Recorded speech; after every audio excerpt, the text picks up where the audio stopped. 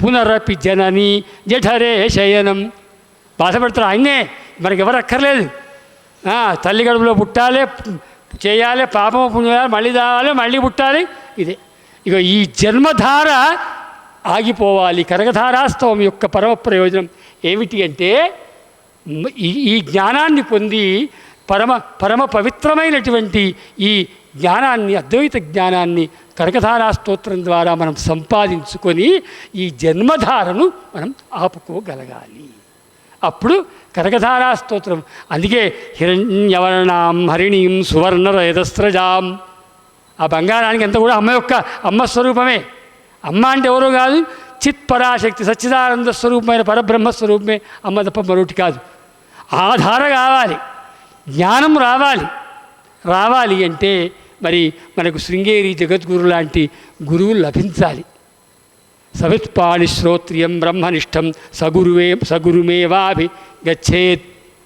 అటువంటి గురువు యొక్క అనుగ్రహాన్ని పొంది అలా మనం ఈ కనకధార అనుష్ఠానం ద్వారా మనం చేయాలి. అయితే ఇవాళ ఈ కనకధారాస్తవంలో ఒక 9 శ్లోకాల ఆరంభం నుంచి బాగా గమనించండి మీరు.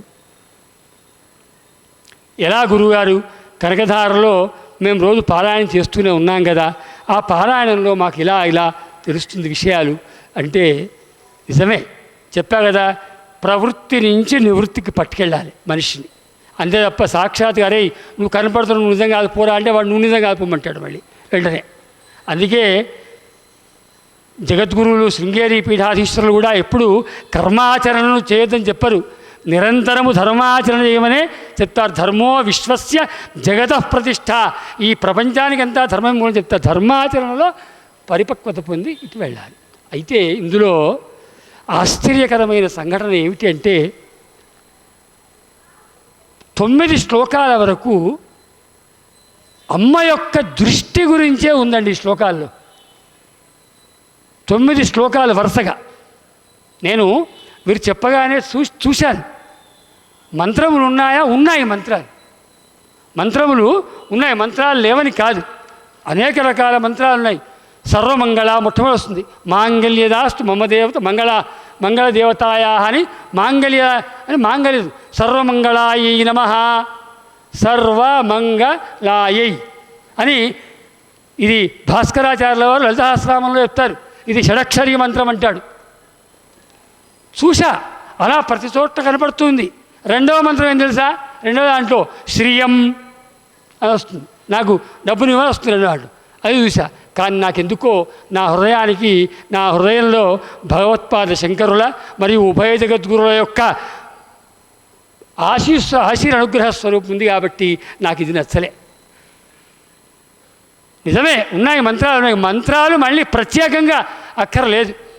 9 శ్లోకాల్లో అమ్మ యొక్క దృష్టి గురించే ఉంది. ఏమిటి మీరు చూడండి, ఊరికే ఒకసారి ఒక శ్లోకం చదివి చూపిస్తాను. అంగం హరే పులకభూషణ ఆశ్రయంతి భృంగాంగనేవ ముకులాభరణం తమాలం అంగీకృతాఖిల విభూతిరపాంగలీలా మాంగళ్యదాస్తు మమ మంగళ దేవతాయా అని ఇక్కడ చెప్తాడు. అమ్మా నువ్వు పదే అటు వెళుతూ చూస్తున్నావు చూడు, ఓసారి అటు వెళుతూ చూస్తున్నటువంటి ఆ చూపులు మరి ఏవైతే ఉన్నాయో ఆ చూపులు నాకు మాంగళ్యదాస్తు మమ మంగళ దేవతాయా. ఆ చూపులు ఆ మంగళస్వరూపమైనటువంటి అది నాకు మాంగళ్యాన్ని ప్రసాదించుకున్నాను.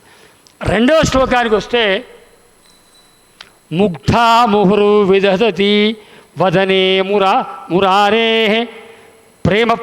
ప్రేమత్రపా ప్రణిహితాని గతాగతాని మాలాదృశోర్మధుకరీవ మహోత్పలే యా సామే శ్రియం దిశతు సాగర సంభవాయా. అమ్మా నువ్వు ఆ మురారి యొక్క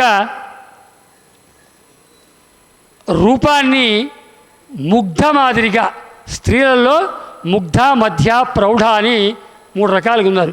ముగ్ధ అంటే 16 ఏళ్ల వయస్సు నుంచి చిన్న పిల్లలు, ముగ్ధ అయినటువంటి నువ్వు ఆ విష్ణుమూర్తిని చూడాలన్నా వద్దా? చూద్దామని వెళ్తున్నావు, మళ్ళీ సిగ్గుతో వెనక్కి వస్తుంది. ప్రణిహితాని ప్రేమత్రప ప్రణిహితాని గతాగతాని. ఆ చూపులు ఏం చేయాలంటే నాకు సామే శ్రియం, నాకు లక్ష్మిని ప్రసాదించుగాక. ఇక్కడ ఎందుకు ఈ అమ్మ యొక్క చూపుల్ని 9 శ్లోకాల్లో చెప్పి ఆ చూపులు నన్ను ఎందు ఉండుగాక ఎందుకన్నా అంటే ఇంతకుముందు మీకు చెప్పిందేనండి. కనకధార బంగారు వర్షానికి కాదు, కనకధార జన్మధార రాహిత్యానికి ఆ పరమేశ్వరి యొక్క అపార కరుణా కటాక్షములు మన యందు ఉంటే తప్ప మన అజ్ఞానము మనకు పోదు. సౌందర్య లహరిలోనే అమ్మ చూపు గురించి చెప్తారు. ఎందుకు అమ్మ చూపే 9 శ్లోకాల్లో అమ్మ చూపులే నాకు కావాలని చెప్పాడు ఆయన.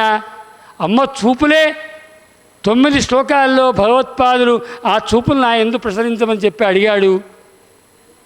అంటే అక్కడ ఒక సౌందర్యలహరిలో అమ్మ చూపుల యొక్క ఔన్నత్యం. సౌందర్యలహరి అందరికి తెలిసిందే, అందరికి కూడా. సౌందర్యలహరి అంతా కూడా అమ్మ యొక్క సుందరీ తత్వాన్ని ప్రతిపాదించడానికి, పైకి కనపడడానికి మనందరికీ అమ్మ యొక్క శరీర స్వరూపం అంతా చెప్పు. అమ్మ నీ నవ్విలా, నీ చరణములిలా, నీ హస్తములిలా అని చెప్తాడు.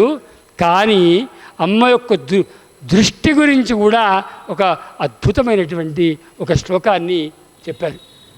ఏమిటి ఆ అనుగ్రహం ఇక్కడ రావడం కోసమని. ఎందుకంటే ఎంతమంది మనలో అనుష్ఠానాలు చేయగలరు, ఎంతమంది దీక్షలు తీసుకొని జపాలు చేయగలరు, ఎంతమంది వేల రూపాయలు ఖర్చు పెట్టి యాగాలు హోమాలు చేయగలరు? చేయలేరు. ఏం కావాలి అంటే పరమేశ్వరి యొక్క అనుగ్రహం పొందడానికి చేసేటువంటి చెయ్యాలి. అయితే సామర్థ్యము లేనివాడికే నీ పరిపూర్ణమైన దృష్టి ఎంత ఔన్నత్యాన్ని ఇచ్చిందో సౌందర్యలహరిలో చెప్పావు తల్లి అని. ఎందుకు సౌందర్యలహరి చెప్పావని అంటున్నాడు ఇక్కడ అంటే, సరే చరిత్రకారులు ఏమైనా మాట్లాడినండి.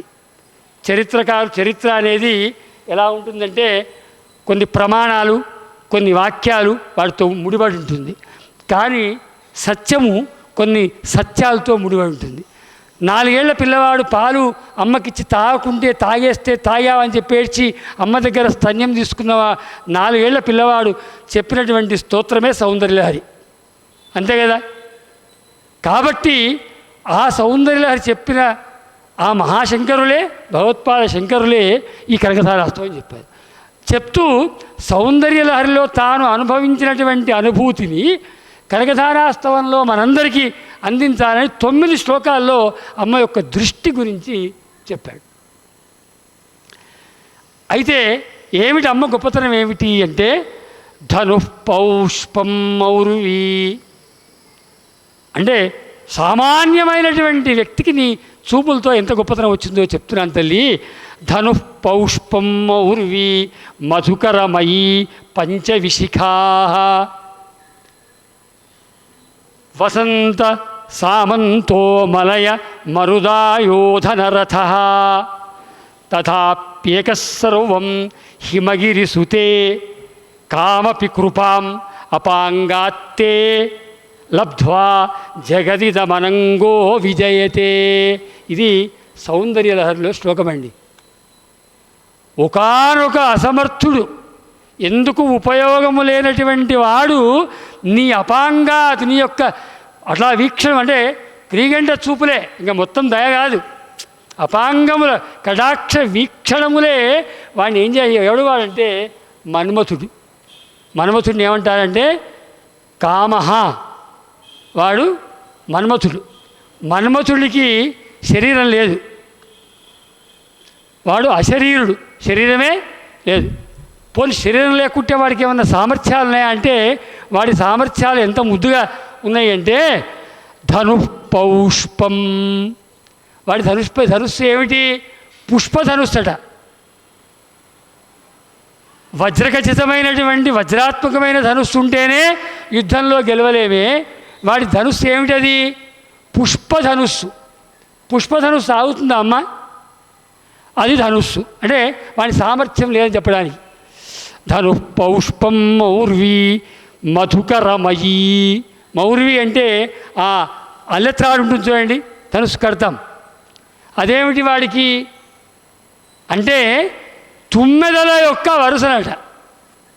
తుమ్మెదలే అసలు ఒక దగ్గర ఉండవు. చెంచలానికి తుమ్మెదలు ఉదాహరణ. భ్రమరములు అవి ఇటు అటు తిరుగుతూనే ఉంటాయి. ఈ స్తోత్రంలో కూడా కనకశాస్త్రం అక్కడక్కడ భ్రమరంలో ఉంచి చెప్తారు. చంచలత్వాన్ని భ్రమరం అంటే అటు ఇటు కది అటు ఇటు కదిలేటువంటి దాన్ని ఆ పుష్పబాణానికి విలుతాడుగా కట్టుకున్న విలుతాడు ఏంటంటే మధుకరముల యొక్క సమూహమట. మరి మధుకరముల యొక్క సమూహము ఉన్నటువంటి ఆ దానికి బాణాలు ఏమిటి అంటే పంచవిశిఖా, 5 సుమబాణములు. ఆ బాణములు కూడా పుష్పాలతో బాణాలు. ధనుస్సు పుష్పధనుస్సు. దాని వింటి నారి తుమ్మెదల యొక్క వరుస. ఇవి ఏమిటి అంటే పుష్పబాణం 5. 5 అయిపోతే మళ్ళీ వాడు గన్ను పట్టుకుంటే వీడి దగ్గర ఏం లేవు, అయిపోయింది. తథాప్యేక సర్వం హిమగిరి సుతే. అంతేకాదు వాడు ఇంతే కాకుండా వాడి రథం ఏమిటి మరి? మలయమారుతం మీద నుంచి వచ్చినటువంటి గాలే వాడి రథం అట. మనిషి మనస్సులో ఏర్పడే కోరికలకు ఇవన్నీ పుష్పాలు. మన కోరికలు అవే కారణం. ఇక్కడ చెప్పే ఉద్దేశం మన మనసుకి ఆకారం లేదంటే ఏది కరెక్టే. మన మనస్సులో ఏర్పడే కోరికకు ఊరికే ఉదాహరణ చెప్తున్నారు ఇక్కడ. ఏంటంటే పుష్పాలు, తర్వాత ఆ తుమ్మెదల యొక్క శబ్దాలు, ఇవన్నీ వింటూ ఉంటే మలయమారుతము దక్షిణ గాలి మనిషి యొక్క మనసులో కోరిక వస్తుందట. వాడే మన్మథుడు. వాడి రథం ఏమిటి అంటే మలయమారుతంపై నుంచి మలయపర్వతంపై వచ్చినటువంటి ఆ వాయువు వాడి రథం అట. వాయువుకే ఆకారం లేదు, నీకు అంతకన్నా లేదు. నీ పుష్పధనుస్తా అసలు పనికిరాదు. నీ విల్లులా 5 ఉన్నాయి. ఇవాళ ఇప్పుడు AK-47 పట్టుకుంటే ఎన్ని పోతాయో గుళ్ళ నుంచి? నీకున్నాయి 5. ఇక వింటి నార్య తుమ్మెదల యొక్క స్వరూపమే. ఇక మరి ఇలా ఉన్నవాడికి ఏమైందంటే అపాంగాత్తే లబ్ధ్వా తథాప్యేక సర్వం హిమగిరి సుతే కాం అపి కృపాం. నీ యొక్క కృప వాడిపై పడ్డది చూడు తల్లి. వాడికి దేహం లేకున్నా, వాడికి ఎంత సామర్థ్యం లేనటువంటి ధనుస్సులు ఇంకా ఏవేవో ఉన్నా కానీ ఒక్కటి చూసినావా తల్లి? కామపి అపాంగాత్తే కృపాం లబ్ధ్వా. ఏమైంది వాడు అంటే ఈ ఒక్క అమ్మ చూపుబడి ఏమయ్యాడవా అంటే జగదిదం అనంగో విజయతే. అనంగా అంటే శరీరం లేనిటువంటి మన్మథుడట ఈ ప్రపంచాన్ని జయిస్తున్నాడు. నిజమా కాదు చెప్పండి? మన్మథుడు అనేవాడు ఈ ప్రపంచాన్ని జయిస్తున్నాడా లేదా? దయచేసి మన్మథుడు అంటే మీరు వాణ్ణి తీసుకోకుండా ఒకసారి ఓ నిమిషం వాణ్ణి తీసుకోండి. మన్మథుడు ఎవడు అసలు? మనలో ఉన్నటువంటి ఏ వ్యామోహము, ఏ కోరికలైతే ఉన్నాయో వాడే మన్మథుడు. ఎంత చేస్తుందండి ఇవాళ మన వ్యామోహం, మన కోరిక ఎంత దుష్ప్రభావాన్ని చూపిస్తుంది. ఎటువంటి ఉన్నతమైనటువంటి స్థితి నుంచి మనం ఎంత పాతాళానికి తొక్కేస్తుంది. ఆ మన్మథుడే నీ చూపుబడి తల్లి. వాడికి ఏమీ లేదు కానీ మొత్తం ప్రపంచాన్ని వాళ్ళ బంధంలో పట్టుకొని కూర్చున్నాడు వాడు. రాజకీయ నాయకుడు కావాలన్నా కోరికనే వచ్చే, సంపద కోరికలేనాయ్, బంధములు కోరికలేనాయ్, పుత్రపౌత్రాలు కోరికలే. ఇదంతా వాడి రూపమే తప్ప ఇంకేం ఏడ్చింది. జగదిదం విజయతే. వాడు అనంగా రూపమే లేదు. మరి నీ చూపులు అంత గొప్పవి కాబట్టి కనకధారాస్తవంలో నీ చూపుల గురించి మాట్లాడతానని చెప్పి మొత్తము ఆ చూపులే చెప్పాడు. అందుకే నేను ఎప్పుడు చెప్తాను అంటే నేను మా గురువుగారి విషయంలో చెప్తాను, మా గురువుగారు అంటే శృంగేరి జగద్గురుల విషయంలో చెప్తాను, ఇతరుల విషయంలో కూడా దాన్ని అన్వయించుకోవాలి. అందరూ ఏమనుకుంటారంటే గురుగారి దగ్గరికి మేము వెళ్ళాము ఇవాళ, మేము గురుగారి దగ్గరికి వెళ్ళగానే గురుగారు మాతో అంతసేపు ఇంతసేపు చెప్తారు. గురువుగారు మీతో మాట్లాడడం సంతోషమే, నువ్వు మాట్లాడిస్తున్నావో వారు కానీ గురువుగారి యొక్క దృష్టి నీ యందు ఎంతసేపు ఉన్నదనేదే ప్రధానం తప్ప నేను ఆంతరంగిక గదిలో వెళ్ళాను, అరగంట స్వామివారితో లేదా అందరూ సర్వదర్శనం ఉంటుంది, అక్కడైనా సరే జగద్గురువుల దృష్టి ఉంది చూశారా, ఆ దృష్టి అమ్మ దృష్టిలాగా సామాన్యమైన దృష్టే తప్ప వ్యక్తినిష్టంగా వాళ్ళ యొక్క ప్రభావాలతో జగద్గురువుల యొక్క దృష్టి ఉండదండి. అమ్మ దృష్టి సర్వము అందరి యందు ఎలా ఉంటుందో అనుగ్రహం పొందితే అలా ఉండే దృష్టి జగద్గురు. ఇక మనకు అతి ప్రసిద్ధమైంది వెంకటేశ్వర స్వామి గుడికి వెళ్తాం తిరుపతికి, ఎవరి శక్తి వాళ్ళది. వాడు 300 రూపాయల టికెట్ తీసుకుంటాడు, అది లేనివాడు ధర్మదర్శనంలో వెళ్తాడు, మరొకడు సేవలు తీసుకుంటాడు, ఇంకోటి మధ్యకాలంలో వచ్చింది 10,000 రూపాయలు డొనేషన్ దర్శనం, ఇంకోడు మినిస్టరు, ఇంకోడు వెళ్తాడు. వెళ్ళినప్పుడు నిజంగా ఆ లోపలి అంటే నేను జగద్గురువులది ఎందుకు చెప్తున్నా అంటే జగద్గురువులకు భగవంతునికి అభేదమే నా దృష్టిలో. నేను ఇప్పటికీ జగద్గురుల్ని అదే దృష్టితో నేను దర్శిస్తాను. భగవత్పాదుల్ని సాక్షాత్ పరమేశ్వరి దృష్టిలో చూపిస్తాను, భగవత్పాదుల వారిని వీరిలో చూస్తాను కాబట్టి దృష్టిలో చూస్తాను. అందుకే శృంగేరిలో అమ్మ 2 రూపాల్లో ఉంటుంది, నిర్గుణాత్మక రూపంలో ఉంటుంది, సగుణ రూపంలో ఉభయ జగద్గురు రూపంలో కూడా ఉంటుంది. భగవత్పాదులు అంతే, సగుణ రూపంలో ఉంటారు, ఉభయ జగద్గురు రూపంలో నిర్గుణ రూపంలో ఉంటారు. అయితే తిరుపతికి వెళ్ళగానే బయటికి రాగానే లేదా ఇంకా మనం వచ్చాక వెళ్ళే ముందు 10 సార్లు చెప్పుకుంటాం, ఏమని, నేను 10,000 రూపాయలు డొనేషన్ కట్టిపోతున్నాను అని 10 సార్లు చెప్పుకుంటాం. పోయిన తర్వాత దర్శనం అయ్యాక మళ్ళీ ఒక 100 సార్లు మేము వెళ్ళినా మంచి హారతి ఇచ్చిర్రు, మాకు తీర్థం పెట్టిర్రు, మాకు అది చేసి చెప్తారు. సంతోషమే. కానీ ఒక్క అంశాన్ని గమనించాలి మనం. ఏం అంశం అది అంటే మీరు భగవంతుణ్ణి ఎంతసేపు చూస్తున్నారని కాదు, భగవంతుడు మిమ్మల్ని ఎంతసేపు చూశాడు అన్నది చాలా ప్రధానమైంది. ఎవరు చెప్పగలరు? వెంకటేశ్వర స్వామి మమ్మల్ని ఇంతసేపు చూశాడు, జగద్గురువులు మమ్మల్ని ఇంతసేపు చూశారు అని ఎవరు చెప్పగలరు?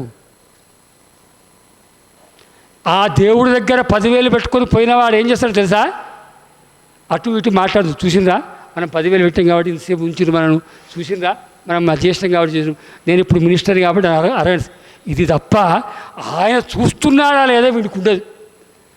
మెడలు బట్టి నెట్టినటువంటి భక్తుల్ని 1 సెకండ్ చూస్తే నిన్ను 1 సెకండే చూసేటువంటి ఒకే ఒక్క శక్తి పరమాత్మ శక్తి, అదే భగవత్పాదులు శంకరులు. అందుకే కనకధారాస్తవంలో దృష్టి గురించే ఉంది, ఇంకేమీ లేదు. దయచేసి బాగా మరి ఆ దృష్టి అంత గొప్పది అయినప్పుడు మంత్రములు ఎందుకు, కనకధారాస్తవంలో మంత్రములు ఎందుకు అంత ఉన్నతములు కావు? ఒక చోట భగవత్పాద శంకరుల యొక్క అనుగ్రహ విశేషాలు ఇన్ని అని చెప్పరాదు.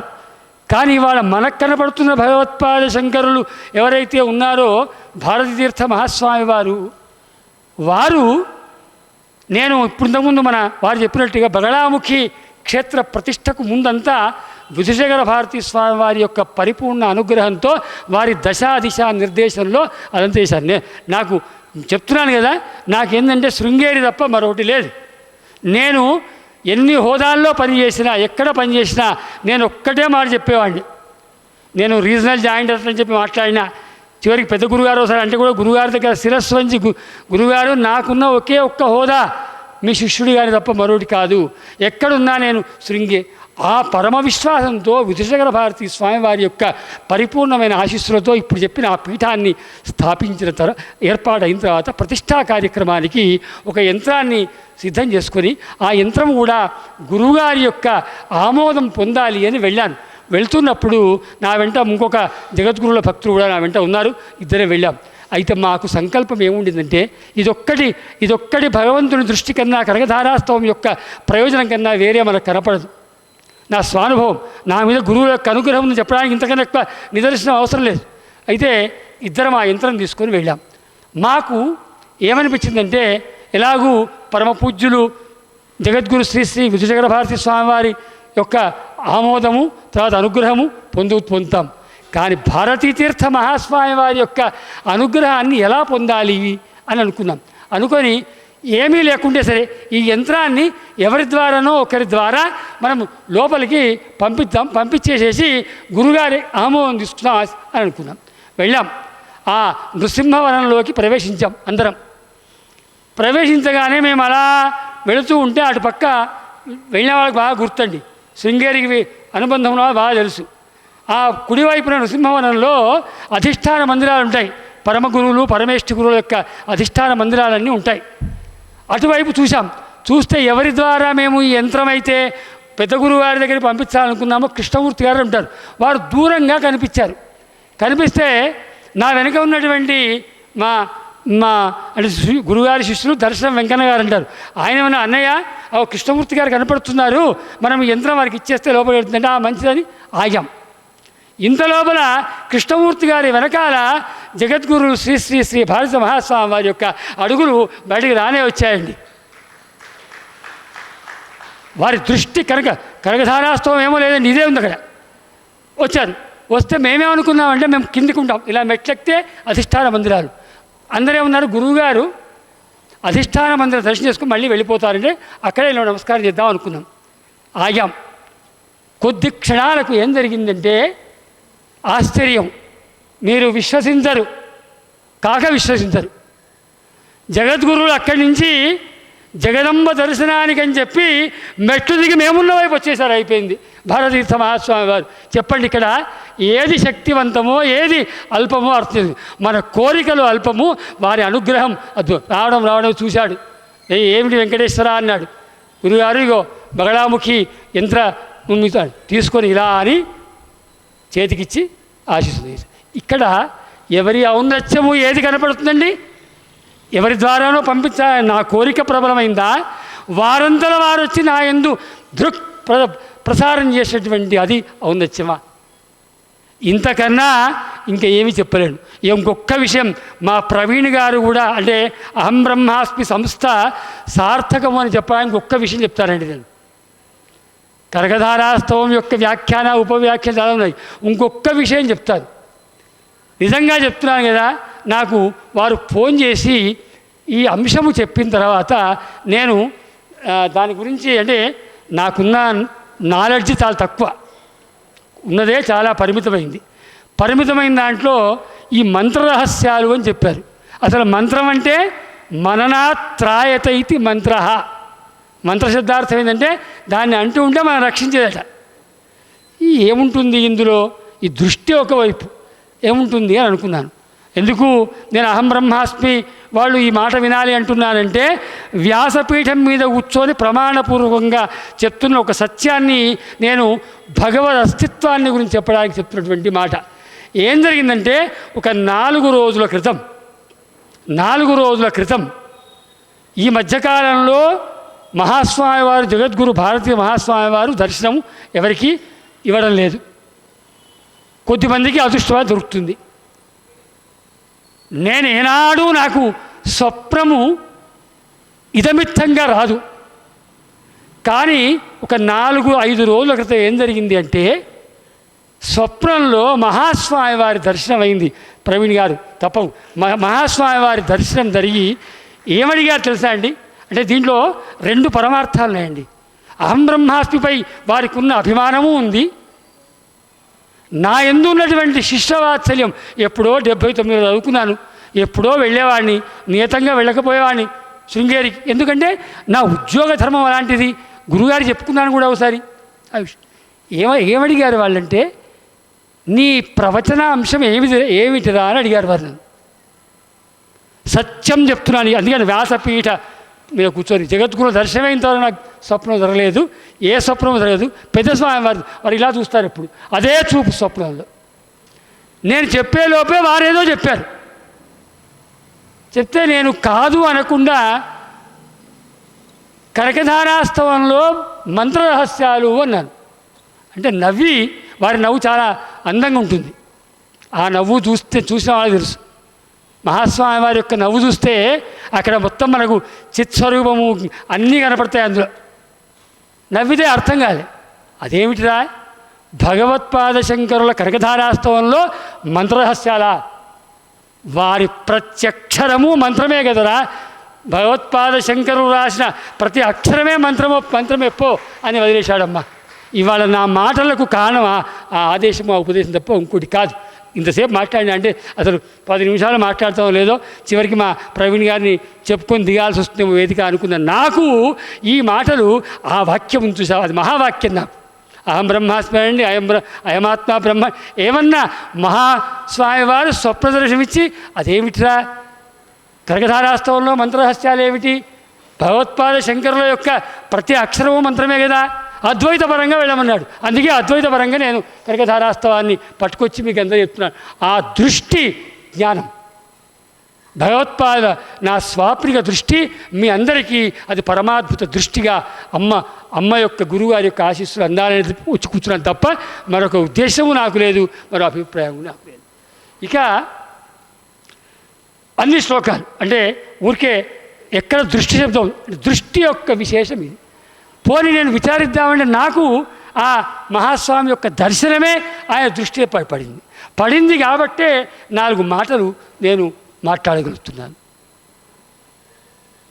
విధుశేఖర భారతీ స్వామి వారు అయితే, అంటే జగద్గురు విధుశేఖర స్వామి వారి యొక్క అంటే నేను అందుకే మొట్టమొదటి చెప్పాను మీకు, భగవత్పాద శంకరులు ఏ అమ్మవారి స్తన్యాన్ని స్వీకరించి తను పరమదయాద్ర హృదయులై వారు అలా అవతరించి గడిపారో అదే పరంపర ఇప్పటి వరకు జరుగుతున్నది. అదే అనుగ్రహం అందరి యందు ఉంటుంది. ఇక ఒక చోటనేమో అయితే అంతయ్యాక పెద్ద రహస్యం చెప్తా. ఎందుకంటే నన్ను ప్రవీణ్ గారు లేదా మా శ్రీనివాస్ అవసరాల సంపత్ గారు ఈ ఉభయులు శనివారం వద్దు ఆదివారం అన్నారు. ఈ ఆదివారం ఎందుకో అప్పుడు అర్థం కాలే. కానీ నాకు ఈరోజు అర్థమైంది. ఎందుకో ఈరోజు ఉదయం ఒకసారి కనకధారాస్తవం పారాయణం చేసిన. పారాయణం చేస్తుంటే నాకెందుకో అమ్మ కనపడలే. మొత్తం చూస్తే ఆ ఏకాదశి యొక్క 11 నామాలు విష్ణునామాలు ఇందులో కనకధారాస్తవంలో కనపడ్డాయి. బహుశా అందుకే వాళ్ళు అయ్యా ఏకాదశి రోజు ఆదివారం రమ్మని చెప్పారు. మొట్టమొదటి చూసుకుంటే మీకు అవి తప్ప మీకు ఏం కాదు. మొట్టమొదట వరుస హరే హరయే నమః, రెండో దాంట్లో మురారయే నమః, వరుసగా మొత్తం 11 శ్లోకాల్లో చూస్తే 11 విష్ణునామాలు కనపడ్డాయి. విష్ణు అంటే ఎవరో కాదు కదా, విశురులు వ్యాప్తవు, సర్వవ్యాపకత్వమైనటువంటి సర్వతత్వమే విష్ణువు. ఆ విష్ణువును ఇక్కడ 2 రకాలు. అమ్మ విష్ణువును చూసిన చూపు మన మీద వేయమంటున్నాం, అది చాలా కష్టం సుమి. నీ మీద చూపు నీకు వేయమంటే పర్లేదు, కానీ నువ్వు అలా ఆయనను చూసావు, నన్ను ఇలా చూడు, నువ్వు ఆయనను ఇటువంటి దాంతో చూసావు ఇలా అంటే ఆనందహేతురధికం. ఆనందహేతు ఎక్కడ ఏ పదం తీసుకున్నా విష్ణువును చూసిన చూపు నా మీదికి వేయమంటే ఆ చూపు సామాన్యమైన చూపు అవుతుందా తల్లి? కాదు, అది అసాధారణమైన చూపే అవుతుంది. అంత చెప్పి మామూలుగా ముందు నమస్కారం పెట్టి కోరిక కోరాలి కదమ్మా. ముందు నమస్కారం పెట్టి దేవుణ్ణి కోరిక కోరాలి. అందుకే నమ్మకంలో మొట్టమొదటి కూడా నమస్తే రుద్రమన్యవ ఉతో దైజవే నమః అని అన్ని నమస్కారాలు మొత్తం పెడతాడు. అయినాక లాస్ట్కి శంచమే మయశ్చమే ప్రియంచమేను కామశ్చమే అని తనకు కావంటాడు. ఈ కనకధార స్తోత్రంలో రివర్స్లో ఉంది. ముందన్ని కోరికలు, నాకు ఇలాంటి దృష్టివు, అలాంటి దృష్టివు, అలా అన్నీ అయ్యాక 11వ స్తోత్రం నుంచి మొదలు పెడతాడు. శృత్యై నమోస్తు శుభకర్మ ఫలప్రదాయై నమోస్తు నాళీక నిభాననాయై. అక్కడ అంటే నువ్వు ఇవన్నీ ముందు కండిషన్లు పెట్టుకొని వెళ్తున్నావా, లేకపోతే ముందు చేసి వెళ్తున్నావా అంటే, కాతల్లి నీకు ఇష్టమైన యొక్క వ్యక్తి స్మరణ చేసి వస్తున్నాను. ఎవరా వ్యక్తి నీకు ఇష్టమైన వ్యక్తి? మహావిష్ణువు. మీరు ప్రతి శ్లోకం ఇవ్వండి, ప్రతి శ్లోకంలో విష్ణు స్మరణ. ఏకాదశి ఇవాళ మనకు శయన ఏకాదశి అంటారు. ఇదే మహాపురుషుడు మహావిష్ణువు ఈరోజు యోగరితులోకి వెళ్తాడు, మళ్ళీ కార్తీకంలో మళ్ళీ వస్తాడు. ఈ యోగరితులోకి ఆయన వెళ్తున్నటువంటి సమయంలో ఈ మాయా ప్రపంచంలో మనల్ని అనుగ్రహించడానికి మీరు చూడండి, మొట్టమొదటి శ్లోకంలో హరయే నమః అనండి ఒకసారి, ఏకాదశి స్మరణ. రెండవ శ్లోకంలో మురారయే నమః, మురవిద్విషే నమః, ముకుందాయ నమః. ఎవరెవరిని నామాలని ఎవరివి? కేశవాయ స్వాహ, నారాయణాయ స్వాహ, మాధవాయ స్వాహ, ఇనే కదా అని. మధుచితే నమః, భుజంగశయనాయ నమః, కైటభారయే నమః, మధుమర్ధినే నమః, దుష్కరధర్మ అపర్య నారాయణాయ నమః. ఇవే ఆరంభంలో ఉన్నాయి. ఇప్పుడు మనం నమస్కారం పెట్టి కోరిక కోరినట్ట, కోరికలు కోరి నమస్కారం పెట్టినట్ట. నువ్వు ఎవరి చూపులు వేసుకొని నా మీదకి మరల్చుకుంటున్నానో ముందు ఆయన స్మరణ చేసి తర్వాత నీ దగ్గరికి వచ్చాను తల్లి. నా దృష్టిలో నువ్వైనా ఈ ఏకాదశి పర్వదిన సందర్భంగా కనకధారాస్తవంలో మహామంత్రముల యొక్క ఏదైతే ఈ కటాక్షమాల ఉందో కనకధారాస్తవము, ఈ కనకధారాస్తవము యొక్క అవ్యాజమైనటువంటి ఏ అనుగ్రహ విశేషములు ఉన్నాయో అవన్నీ కూడా కనకధారాస్తవంలో ఉన్నాయి. ఇక ఐం హ్రీం శ్రీం చెప్తారు కదా. కనకధారాస్తవం దేనికండి మనకిప్పుడు? దేనికోసం? జగద్గురుల అనుగ్రహంతో జన్మధార పరిసమాప్తం కావాలి. అన్ని శ్లోకాలవే. శ్లోకార్థాలు చెప్పుకుంటూ పోతే ఒకటే చెప్పాడు. మంగళదేవత అని నేను చెప్పా ఒకటి, షడక్షర మంత్రం అన్నాడు. శ్రియం అని ఒకటి ఉంది రెండవ శ్లోకంలో, చూసారా? అసలు ఆ శ్రియం గురించి చెప్పుకొని మనం మళ్ళీ ఈ శ్రీలో మనకు షకారం ఒకటి ఉంది, శ్రీం బీజం. ఐం హ్రీం శ్రీం మీరు చదువుతున్నారా లలితాసహస్రనామం ముందు? ఐం సరస్వతి బీజము, హ్రీం పార్వతి యొక్కది పార్వతి బీజము, శ్రీం మహాలక్ష్మి బీజం. దీనికి మూలం కూడా ఒకసారి శ్రీ అనేది మనకు మంత్రం అండి. ఈ కనకధారాస్తవానికి పూర్తి సమగ్రమైన మంత్రము శ్రీం అనేది మనకు మంత్రం. అయితే అమ్మవారు తంత్రశాస్త్రంలో ఓ చోట ఈ శ్రీ శబ్దాన్ని గురించి, శ్రీ శబ్దార్థం గురించి మనకు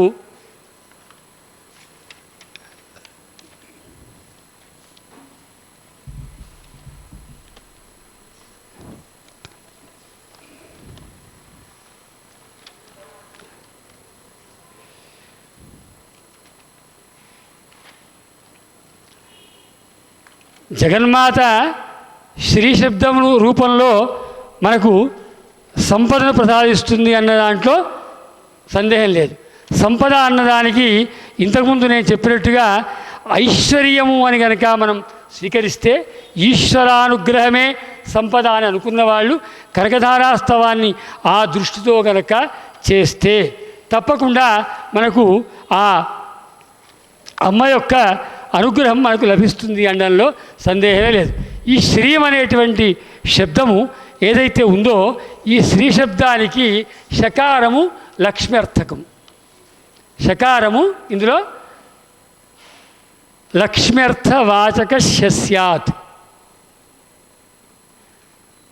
ఈ మొత్తం 3 అక్షరాలు షకారము, రకారము, ఈకారము, బిందు. ఏమున్నాయండి ఇందులో? షకారము, రకారము, తర్వాత ఈకారము, బిందు. లక్ష్మ్యర్థవాచక షస్యాత్ షకారం లక్ష్మణస్వామి.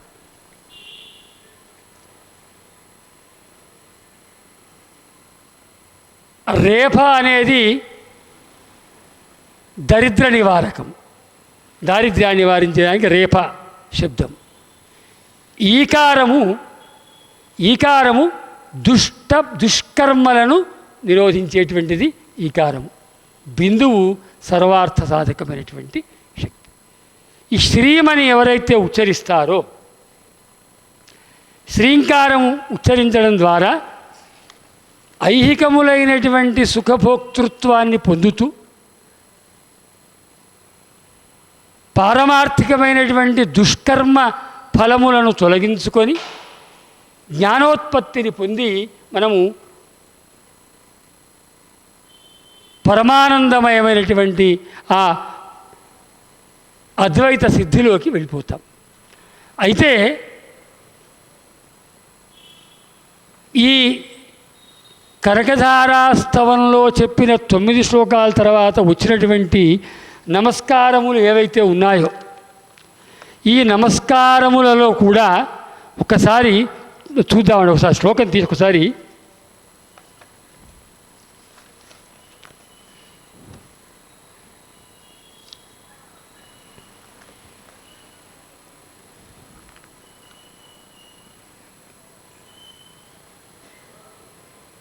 గీర్దేవతేతి గరుడధ్వజ సుందరీతి ఎందుకు చెప్పాడు? ఐం హ్రీం శ్రీం అనేటువంటి 3 బీజాక్షరముల యొక్క తత్వం కూడా మనకు కనకధారాస్తవంలో కనపడుతుంది. కేవలం లక్ష్మీ స్తోత్రం అనుకొని ఏదో ఈ కనకధారాస్తవాన్ని 21 రోజులో 41 రోజులో కూర్చొని పారాయణం చేసి, ఆ పారాయణం చేస్తున్నంతసేపు కూడా ఎన్ని అప్పులు ఉన్నాయి, ఎన్ని అప్పులు తీర్చుకోవాలి, ఎంత వస్తే ఎంత పోతుంది అని ఆలోచన చేసుకుంటూ 41 రోజు పారాయణం చేసుకుంటూ కూర్చోవడం కాదు. ఇందులో పరాశక్తి తత్వాన్ని చెప్పేటువంటి ఒక మహాకాళి, మహాలక్ష్మి, మహాసరస్వత్యాత్మకమైనటువంటి ఆ పంచదశి తత్వం అనుకోండి, లేదా పరబ్రహ్మతత్వం అనుకోండి, ఇందులో మనకు శ్లోకంలో చెప్పబడుతుంది. గీర్దేవతేతి గరుడధ్వజ సుందరీతి. గీర్దేవత ఎవరు? సరస్వతీదేవి. ఐం గరుడధ్వజ సుందరీతి శ్రీం శశిశేఖర వల్లభేతి హ్రీం. శశిశేఖర వల్లభ ఎవరు? శశిశేఖరుడు ఈశ్వరుడు. ఈశ్వరుడు యొక్క పత్ని అంటే పార్వతీదేవి. శశిశేఖర వల్లభ అయిన పార్వతి హ్రీం బీజము, గీర్దేవత అయిన సరస్వతి ఐం బీజము, గరుడధ్వజ సుందరీతి అనేటువంటి శ్రీం మంత్రం. ఈ కనకధారాస్తవంలో ఈ 3 బీజాక్షరాలు చెప్పబడ్డాయి. ఐం హ్రీం శ్రీం.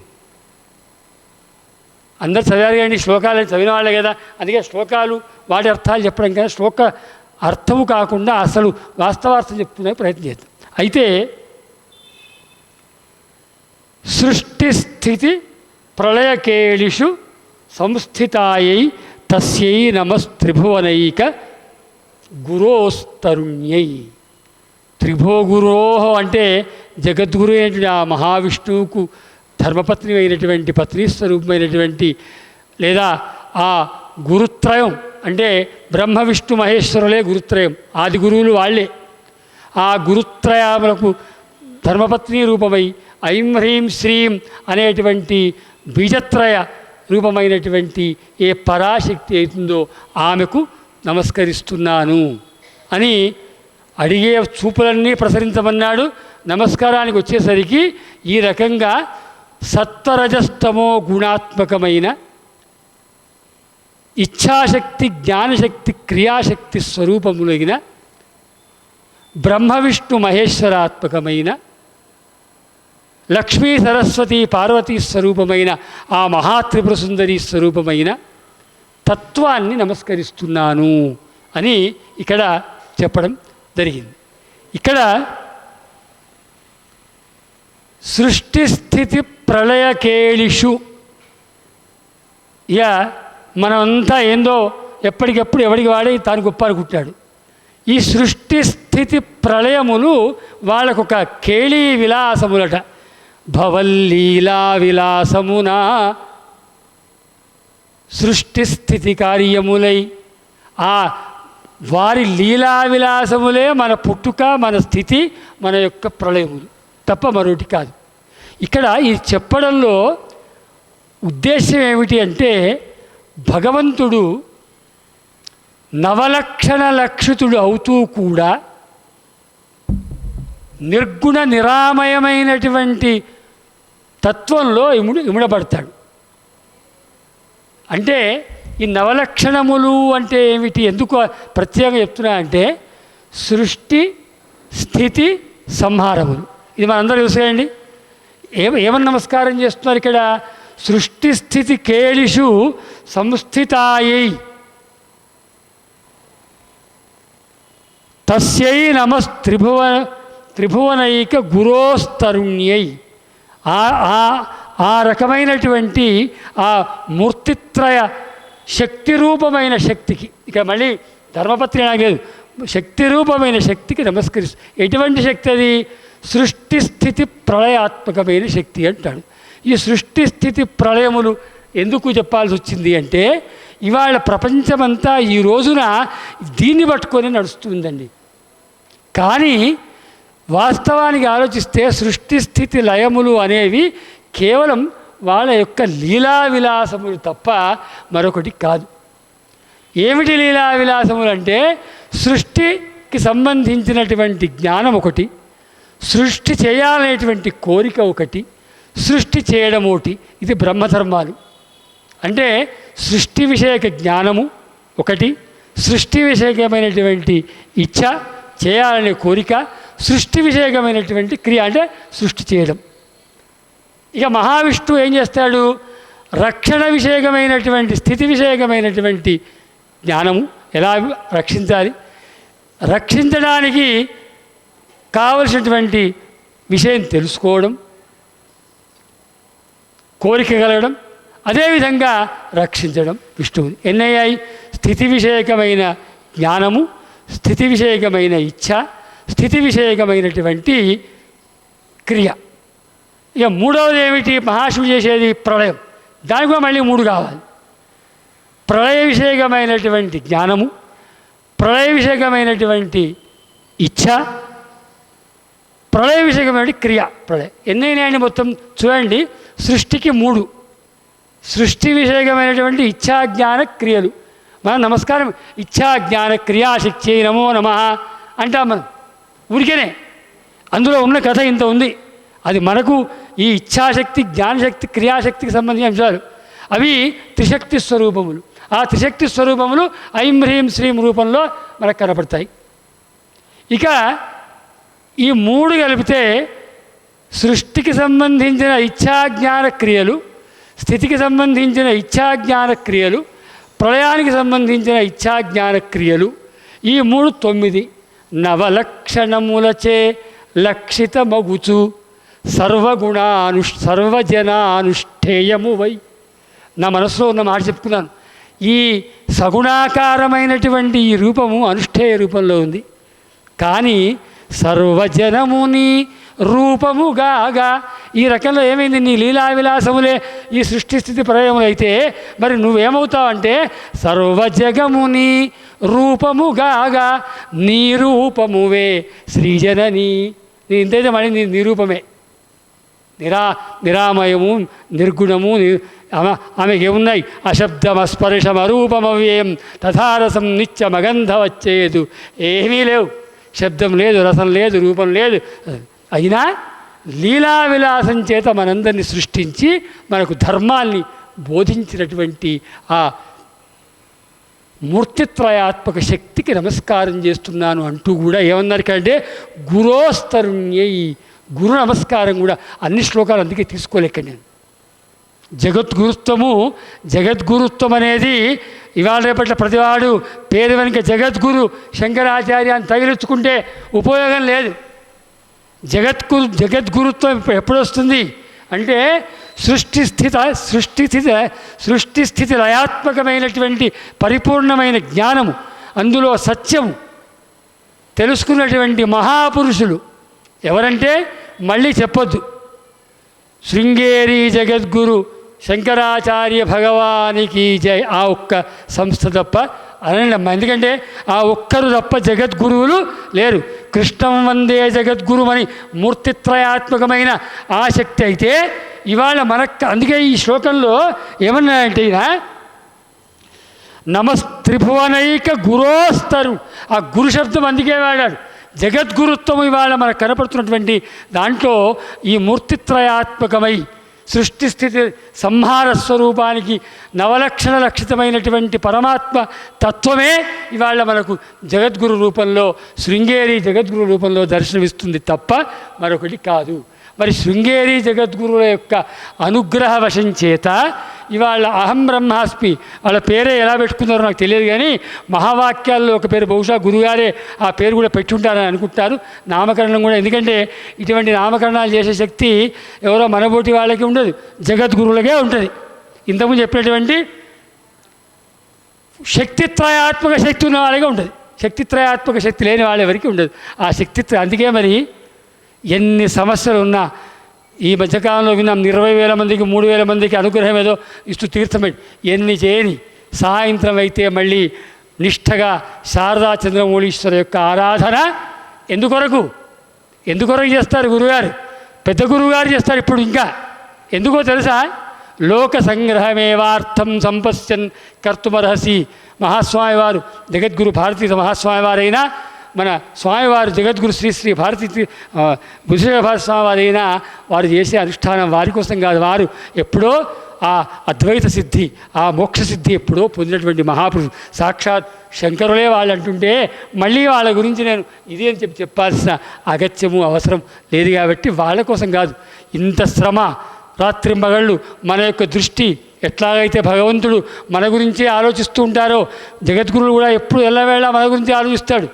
నేను 10-15 సంవత్సరాల తర్వాత ఒకసారి స్వామివారి దగ్గరికి వెళ్తే ఆయన ఏమీ అనలే, ఎన్నడో నేను రాసిన ఒక చిన్న శ్లోకాన్ని గుర్తు చేసి, అంటే నువ్వు ఎక్కడికి పోలేదురా, నా హృదయంలో ఉన్నావని మహాస్వామి వారు చెప్పిన సందర్భం ఉంది. అవి చెప్తూ పోతే స్వామివారి చరిత్రలు సామాన్యములు కాదు, వాళ్ళు మామూలు లౌకికమైనటువంటి జనసామాన్యంలో అవతరించిన వాళ్ళు కాదు.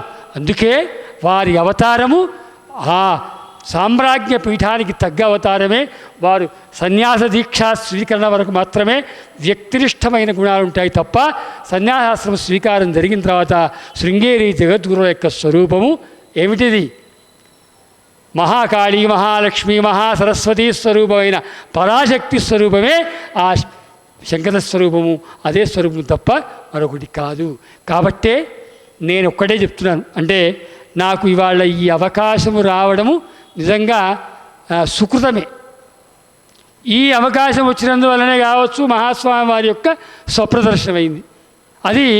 అది ఇంకా విశేషము.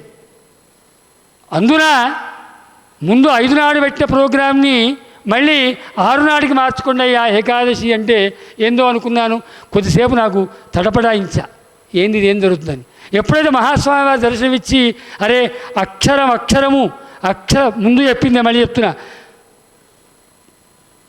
ప్రగీత మంత్రసాధ్య గుణనిష్ట గుణాభిధానం మంత్ర. ఇప్పుడు చెప్పండిగా, ఇవి మనం చేసే అన్ని మంత్రాలే. ఏ మంత్రముల చేత మనం ప్రగీత మంత్రసాధ్య గుణనిష్ట గుణాభిధానమే. కనకధారాస్తవంలో ఆమె చూపులు, ఆమె అనుగ్రహ విశేషాలు, జగద్గురువుల యొక్క గురుతత్వాన్ని చెప్పేటువంటి పరమోత్కృష్టమైనటువంటి ఆ ఆధ్యాత్మికత, ఇవన్నీ మనకు డబ్బు కురవాలా, కనకధార కురవాలా, కనకశబ్దం చేత చెప్పినటువంటి జన్మధార రాహిత్యం మనకు కావాలా అని ఆలోచిస్తే నిజంగా ఎవ్వడు కూడా జగద్గురు అనుగ్రహం పొందితే మాత్రం ఈ డబ్బు ఎవరికండి? 1 కోటి రూపాయలు సంపాదించాడు, కనకధారాస్తవం మంచిగా 41 రోజులు పారాయణ చేశాడు. అదృష్టవశాత్తు కనకధారాస్తవం యొక్క ఫలం అది కాకపోయినా ఇంతకుముందు చెప్పినట్టే ఆమె దానం ఇచ్చింది, పూర్వజన్మ పాపం తొలగింది. అట్లాగే ఈ 41 రోజులు చేసిన వాడికి మొత్తానికి వాడి అనుగ్రహం ఫలించి 1 కోటి రూపాయలు వచ్చాయి. లాటరీలో తగిలాయి 1 కోటి రూపాయలు. 1 కోటి రూపాయలు వాడు ఏం చేస్తాడు? ధర్మము ఉన్నది, కానీ దృష్టి 1 కోటి రూపాయలు రాగానే ధర్మం వైపు ఉండదు. 1 కోటి రూపాయలని ఇన్కమ్ ట్యాక్స్ పడకుండా ఏ బ్యాంకులో ఏ రకంగా పెడితే, ఎవరెవరి పేరు మీద పెడితే ట్యాక్స్ పడదో ముందు ఆలోచిస్తారు ఫస్ట్. రెండవది ఏం ఆలోచన చేస్తాడు, దాన్ని మిత్తి తీసుకోవాలి, దాన్ని వడ్డీ తీసుకోవాలి తప్ప దాన్ని జోలికి పోవద్దని శాసిస్తాడు. అప్పటికే అంటే కనకధార గురించి చెప్తున్నా. అయితే ఇంత చేస్తే డబ్బు బ్యాంకులు మారుతుంది, సందేహం లేదు. ఇండియన్ బ్యాంకులో ఇంట్రెస్ట్ ఎక్కువ ఉంటే ఇండియన్ బ్యాంకు, లేకుంటే ఎస్బీఐ, లేకుంటే ఇంకేదో ప్రైవేట్ బ్యాంకు కొంప కాలితే మునిగినా మునక్కుంటే ఉంటాయి. ఏమవుతుంది చివరికి? అది ఏమైంది? ఏ ఉత్కృష్టమైనటువంటి మహాస్తోత్రము, మహామంత్ర రూపమైన స్తోత్రాన్ని పారాయణ చేసి నువ్వు కనకధార వస్తుందనుకున్నటువంటి కనకధార ఏమైందిరా అంటే బ్యాంకులు మారింది, నువ్వు పోయాక ఇంకోటి చేతిలోకి పోయింది. మరి నీ పారాయణం ఏమైంది? నీ ప్రయోజనం ఏమైంది?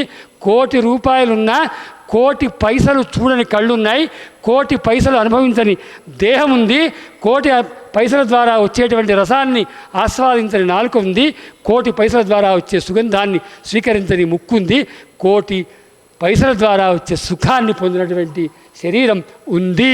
కాబట్టి ఏమిటి కనకధార అంటే? కనకధార అంటే జన్మధార రాహిత్యాన్ని తొలగించేటువంటి జగద్గురు ఆశీర్ధార, అనుగ్రహధార తప్ప మరొకటి మనకు వద్దు.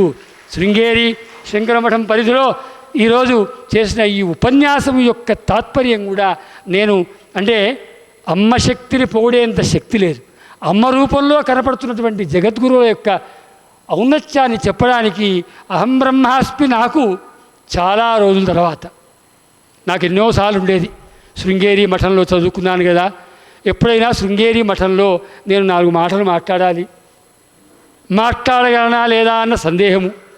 ఇన్ని వ్యవస్థల మధ్యలో ఆ అహం బ్రహ్మాస్మితను వాళ్ళు పిలవడం, అరే ఏమీ అక్కర్లేదని మహాస్వామి వారు స్వప్రదర్శనం ఇచ్చి అన్నీ చేసుకోరా అని చెప్పడం. అయితే ఒక్క సందేహం మనకు వస్తుందండి. ఈ చివరి ముగింపే. ఏం సందేహం వస్తుందంటే, అయ్యా అన్నీ బాగున్నాయి గురుగారు, గంటన్నర మరి ఎంతైందో తెలియదు, క్షమించాలి ఆలస్యమైతే. ఇన్ని చెప్పారు స్వామి, పుట్టుక చావుల మధ్యలో కథ ఉంది చూసారా? మరి ఆ కథ సంగతి ఏమిటి? పుట్టుక అసత్యం అంటారు, పోవుడు అసత్యం అంటారు. పోవుడు మధ్యలో ఉన్న కథలో మా బతికేమిటయ్యా, మా సంగతి ఏమిటి అంటే చివరి శ్లోకంలో చెప్పారమ్మ భగవత్పాదులు. ఇంకేం మళ్ళీ మనకేం అక్కర్లేదు. చివరి శ్లోకంలో దాని స్వరూపం చెప్పేశారు. ఏంటంటే స్తువంతియే స్తుతిభిరమూభిరన్వహం. ఎవరు ఈ స్తుతి చేస్తారో ఏమవుతుంది? ఎటువంటి స్థితి అంటే చెప్తున్నాడు, త్రయీమయీం విభువన మాతరం త్రిభువన మాతరం రమాం. అంతే కదమ్మా, చివరి శ్లోకం ఇది. అంటే శ్లోక సంఖ్య చాలా ఉన్నాయి కానీ వాస్తవానికి 18 శ్లోకాలే జగద్గురు ఆమోదం అయినాయి కాబట్టి. ఎందుకంటే 18 శక్తులు, 18 పురాణాలు, ఆ 18 సంఖ్య అలా పవిత్ర సంఖ్య వస్తుంది కాబట్టి మిగతా శ్లోకాలు ఉన్నాయండి. ఎవరో పెద్దవాళ్ళు రాశారు, మంచి శ్లోకాలే ఉన్నాయి. కానీ ఆ శ్లోకంలో స్తువంతియే స్తుతిభిరమూభిరన్వహం త్రయీమయీం త్రిభువన మాతరం రమాం గుణాధిక గురుతర భాగ్యభాజిన. ఎంత బాగా చెప్తాడండి భగవత్పాదులు చెప్పినట్టుగా. ఎవడి తరం కాదు. మీరు ఏం చేశారు ఇప్పటిదాకా? స్తుతి స్తోత్రం. ఏ స్తోత్రం చదివారు? త్రయీమయీం స్తుతిం. ఋగ్యజుస్సామములు అనేటువంటి వేదత్రయాత్మకమే మీరు చదివింది అంటాడు. ఈ వేదం ఆయన చెప్తాడు, నేను కాదు, గురుగారే చెప్పారు. త్రయీమయీం స్తుతిం చదివారు. చదివిన ఇంకా త్రిభువన మాతరం రమాం అంటే అమ్మవారి ధ్యానం చేస్తూ ఆ స్తుతి రూపం ఇటువంటి త్రయీమయ యొక్క స్తోత్రం చదివాయంటే త్రయీమయ శబ్దరూపమైన అమ్మను చేశాడు. ఏమవుతుంది? గుణాధిక గురుతర భాగ్యభాజినో. ఇక మీ ప్రశ్న, మరి ఈ మధ్యకాలం అంతా మా గతి ఏంటంటే ఏం పర్వాలేదు, మీకు అన్ని రకాలు ఇచ్చేటువంటి శక్తి ఒక్క ఆమెకే ఉంది, ఎవరికి లేదు. మోక్షదాయిని ఆమెనే. మోక్షదాయినితో పాటు ఆమెకు మోక్షదాయిత్వంతో పాటు భోగదాయిత్వం కూడా ఉంది. ఈ రెండు పరస్పర విరుద్ధం. ఇంతకుముందు చెప్పాం కదా, జగత్తోటి బ్రహ్మోటి, ఒకటి మిథ్య, ఒకటి సత్యం. కానీ మిథ్యలో నిన్ను మిథ్యలాగానే నీకేం కావాలనో అది అందిస్తుంది, నువ్వు ఉన్నంతసేపు ఇస్తుంది. అది పూర్తి విరుద్ధం, సత్యాసత్యముల యొక్క విరుద్ధం. సత్యము మరి బ్రహ్మతత్వము, మోక్షము, ఈ రెండు విరుద్ధములే అయినా ఎత్రాస్తి భోగ నచ తత్ర మోక్ష. ఈ రెండు తూర్పు పడమరలాగా చీకటి తెలుపులా పచ్చి విరుద్ధాలు. ఎత్రాస్తి భోగ నచ తత్ర మోక్ష, ఎత్రాస్తి మోక్షో నచ తత్ర భోగ. మోక్షం ఎక్కడుందో అక్కడ భోగం లేదు, ఎక్కడ భోగం ఉందో అక్కడ మోక్షం లేదు. మరి ఈ స్తుతి చదివితే ఏమవుతుంది అంటే ఆయన్నే చెప్తున్నాడు స్వామివారే. మన ఈ శ్లోకంలోనే శ్రీ సుందరి సేవన తత్పరాణం. శ్రీ సుందరి, శ్రీ శబ్దం ఇంతకుముందు మీకు చెప్పాను నేను. శ్రీ అనేటువంటి మంత్రాక్షరం యొక్క స్వరూపం శ్రీ శబ్దము. శ్రీ సౌందర్యం అంటే ఆమెను మించిన సౌందర్యం మరొకటి లేదు. శ్రీ సుందరి సేవన తత్పరాణం. ఈ శ్రీ సుందరి యొక్క సేవ ఎవరైతే చేస్తారో ఏం చేస్తారు వాళ్ళకి అంటే భోగశ్చ మోక్షశ్చ కరస్థ ఏవ. ఈ మధ్యకాలంలో నీకు ఏం భోగాలు కావాలనో ఆ భోగాల్ని నీ పూర్వజన్మ యొక్క కర్మాను బట్టి నీకు అవి కూడా ఇస్తాను. ఏవైతే నీకు ఈ మధ్యకాలం దాటిన తర్వాత ఏ మోక్షమైతే అవసరమైందో ఈ స్తోత్రం ద్వారా ఆ మోక్షాన్ని కూడా ప్రసాదిస్తాను అని ఈ రకంగా కనకధారాస్తవం అంతా మంత్రమయమే.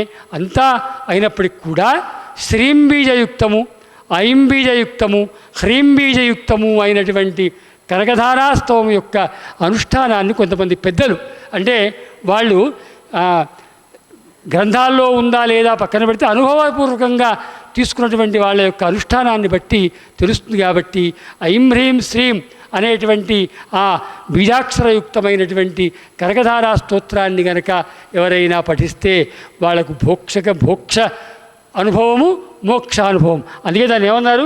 గురుతర భాగ్యభాజిన గుణాధిక గురుతర భాగ్యభాజినో భవంతితే భువి బుధ భావితాశయా అని చెప్పి భగవత్పాదులు ముగించారు.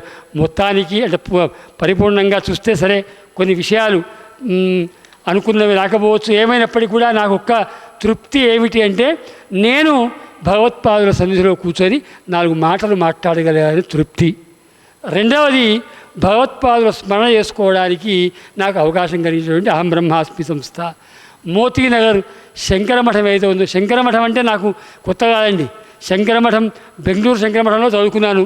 మళ్ళీ పెద్ద గురుగారు మా ఊరు వచ్చి అయ్యా నువ్వు నాయన వెంకటేశ్వర మొన్న స్వప్నంలో కూడా వెంకటేశ్వర పదమే, నీకు కొంత శాస్త్రం మిగిలింది కదా, హైదరాబాద్ నల్లకుంట శంకరమఠంలో నీకు పాఠశాల ఆరంభం చదువుకోమంటే మళ్ళీ అప్పటికే నేను ప్రభుత్వ సంస్కృత అధ్యాపకుడికి పనిచేస్తున్నాను. దాన్ని వదిలిపెట్టి వచ్చి కూర్చొని చదువుకున్నాను. ఏమైనప్పటికీ శంకరమఠం నాకు కొత్త కాదు. శంకరమఠం అనేది నాకు ఆత్మభూతము, నాకు మాతృస్థానము.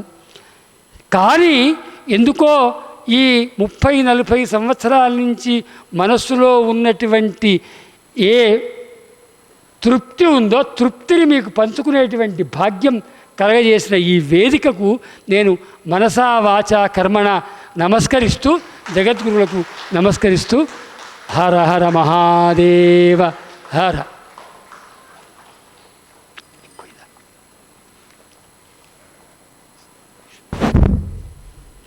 ఎక్కువైందా సమయం?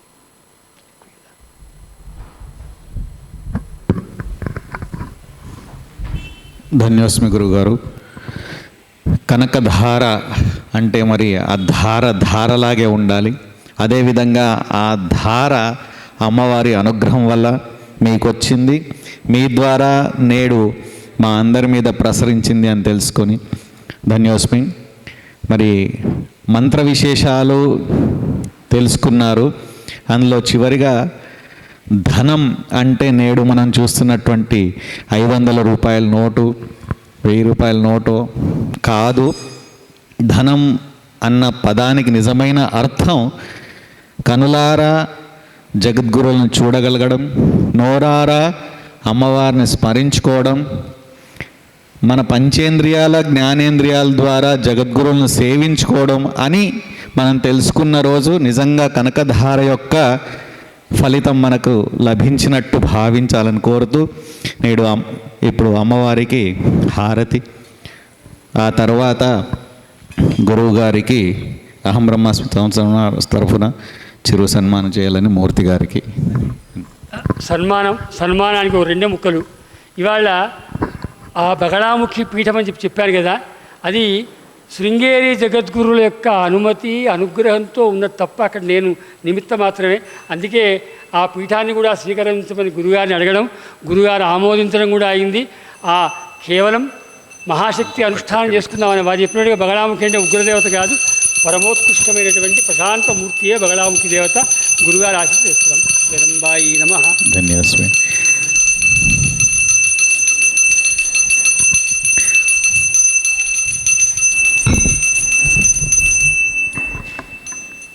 సభాముఖంగా గురువుగారికి ఇంకొక విషయం, మీ ప్రవచనం వినడానికి ఇంత లేట్ అయినందుకు ముఖ్య కారుణ్ణి నేను కాబట్టి క్షమించమని కోరుతూ ఈ అవకాశం మాకు ఇచ్చినందుకు ధన్యవాదం. ఎందుకంటే మిమ్మల్ని రీచ్ అవ్వడం, దాని తర్వాత మీ స్కెడ్యూల్ మా స్కెడ్యూల్ కొంచెం డిలే అయింది. ఇన్నాళ్లకు ఇంతటి పవిత్రమైన రోజు ఆషాఢ ఏకాదశి రోజు మీ ద్వారానే కనకధార స్తోత్రం గురించి తెలుసుకోవాలన్నది అమ్మ సంకల్పం కాబట్టి ఇలా జరిగిందని అనుకుంటూ, అలాగే అందరు భక్తులు కూడా బగళాముఖి పీఠానికి అతి త్వరలో సాధ్యమైన త్వరలో వెళ్ళి ఆశీర్వాదాలు అందించుకోవాల్సి కోరుతూ మూర్తి గారు.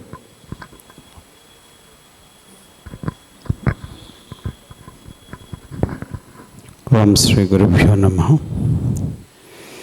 శృంగేరి జగద్గురువులు శ్రీ శ్రీ శ్రీ భారతీ తీర్థ మహాస్వామి వారి మరియు శ్రీ శ్రీ శ్రీ విధుశేఖర భారతీ